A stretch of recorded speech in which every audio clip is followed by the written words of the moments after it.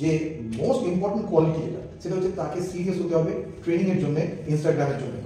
সে যদি Instagram serious হয় তাহলে আমাদের এখানে সে মেম্বারশিপ পাবে না। মানে এটা আমার পার্সোনাল মতামত। আমি অনেকেই বলতে শুনেছি যে জিমে স্মিথ মেশিন নেই, অনেকে আছে জিনিস করুন।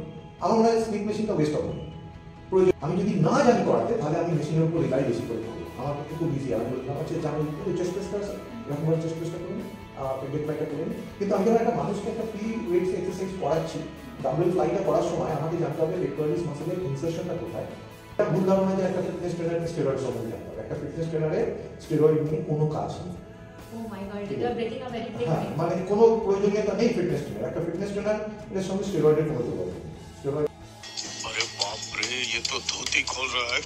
সম্পূর্ণ মেডিকেল চার্টটা, মানে ইভেন আমি এটাও বলছি একজন বিং আ ফিটনেস ট্রেনার আমি কিন্তু কোনো কাউকে কোনো রকম কোনো নিউট্রিশন চার্ট বা ডায়েট চার্ট প্রোভাইড করতে পারি না।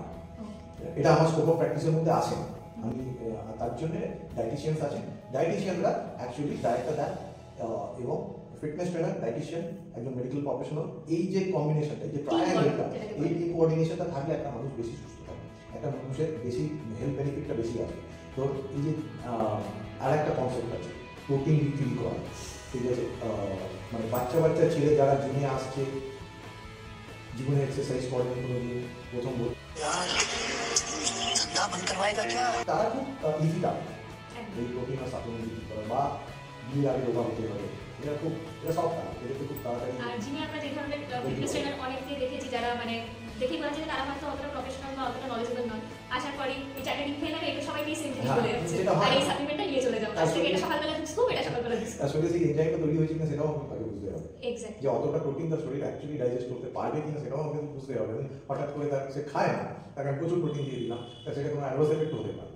ক্যালসিয়াম ট্যাবলেট দিয়ে দেওয়া, ভিটামিন ডি ট্যাবলেট দিয়ে দেওয়া, ভিটামিন ই ট্যাবলেট দিয়ে দেওয়া, তো এইগুলো কিন্তু টক্সিকেশনও হতে পারে। যদি ভিটামিন টক্সিসিটি যেটা হয় সেটা কিন্তু ভয়ঙ্কর একটা পরিণতি হতে পারে তার। তো এগুলো এইভাবে হঠাৎ করে দেওয়া যায় না, মুড়ি মুড়কির মতো সাজেস্ট করে দেওয়া। কারণ আমি তো কোনো মেডিকেল প্রফেশনাল নই, আমার এইভাবে সাজেস্ট করার কোনো অধিকার নেই। তো এই